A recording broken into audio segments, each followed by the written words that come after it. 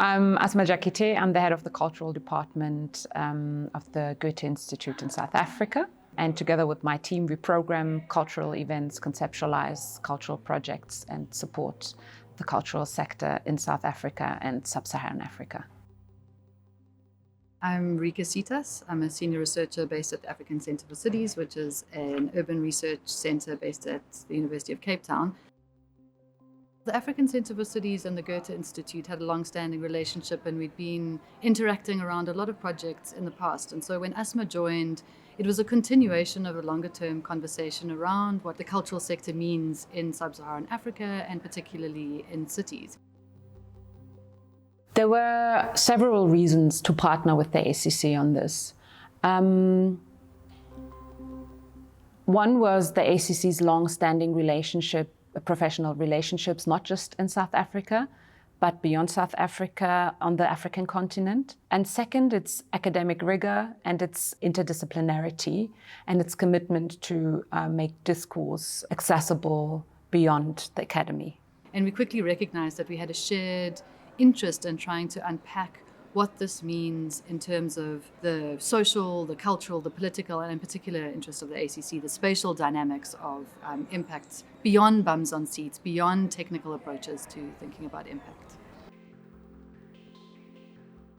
My former professional experience equipped me quite uniquely to participate in the Imagining Impacts project. I worked previously as a human rights researcher and advocacy specialist, and a lot of my responsibilities included identifying monitoring and evaluation methods that were equipped for really challenging contexts. And so this entailed a lot of either modifying existing methodologies that weren't quite appropriate, or in fact piloting and implementing novel monitoring and evaluation methods. We thought it would be very important to develop an alternative methodology to look at impact measurement in the cultural sector, and possibly also look beyond the quantitative aspects of impact, and also understanding impact at a deeper level.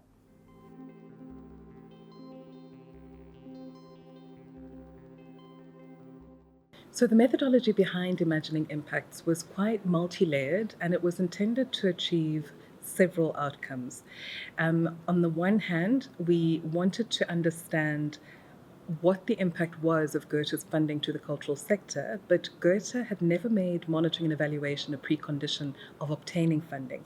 And so this meant that we were really working with projects that had zero data. There was no baseline data, they didn't have indicators that were consistent across projects, and they didn't use sort of the traditional log frame or theory of change approach to monitoring and evaluation. In terms of what this means to actually do this kind of work and do this kind of research, really tied in with ACC's commitment to co-production, which means bringing people from different institutions, different backgrounds, different knowledge bases together to discuss these whatever issue it is that's on the table.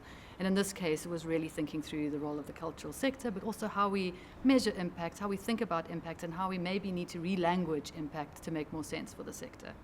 And so what we had to do was really qualitatively tease out relevant and important information. And the way that we did this was to use the River of Life method on the one hand with the Goethe-Institut.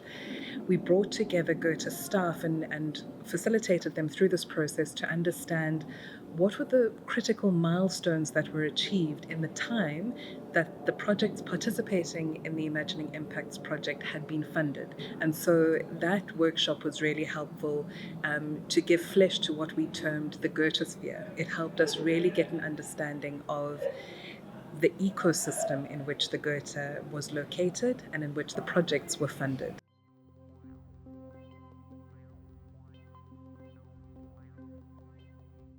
Once we had mapped the Goethe sphere, we then relied on a method known as the most significant change, which was really beneficial to us because it was developed by a development practitioner working in contexts with really low levels of literacy. And so care was taken to develop a method that wasn't jargon intensive and that was not excessively technical, And it really provides for an opportunity for multiple stakeholders involved in the implementation of an intervention to provide almost a 360 assessment of what was happening, what was sought to be changed, what was identified as the most appropriate method to achieve the social change, and then what was observed based on the localities that the different stakeholders occupied. The most inspiring parts of the process, I think, were the fantastic conversations we had. There was such a generous involvement of the participants in the discussions, and we quickly and comfortably moved into territory that doesn't often get aired.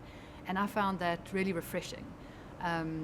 Often in monitoring and evaluation processes, because of the technical response, there isn't an expansiveness around the conversations that happen. And that led, I think, to a much deeper and richer engagement around both the institutional and the sectoral and the spatial and the social.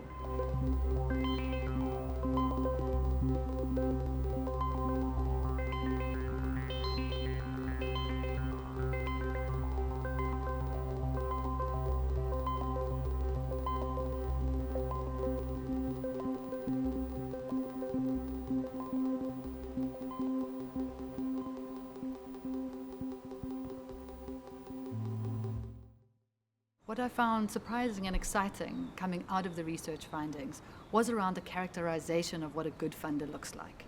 And two of the things that really came across around the Goethe-Institut were one around this notion of a shy institute, of an institute that is willing to step up, step back, step aside, and not be at the forefront of a project and allowing a project to unfold as it wants to.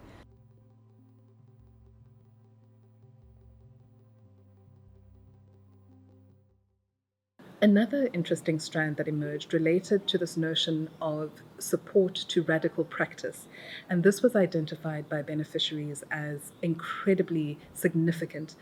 They all mentioned that Goethe funded work that was not overly prescribed or even excessively defined, that Goethe was willing to support a nascent idea. And this really allowed them to play and to experiment and not to have to stick to a rigidly described or detailed or elaborated outcome. And this meant really being able to follow a line of inquiry and see where it took them.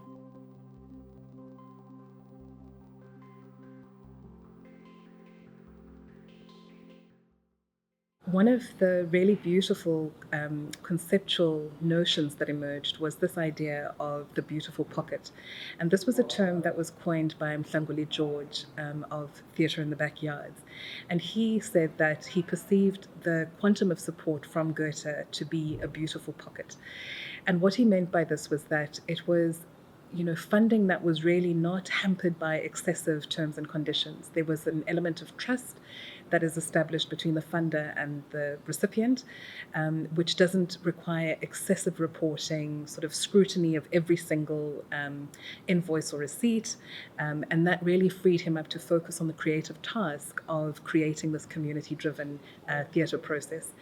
He also said that it went beyond this. It also referred to some of the intellectual and critical input that he received from Goethe's staff. And he said this really helped him to ideate his project. It really helped him to think about the project beyond the funding term and to think about where to next. And he said it was absolutely invaluable and not always identified or acknowledged.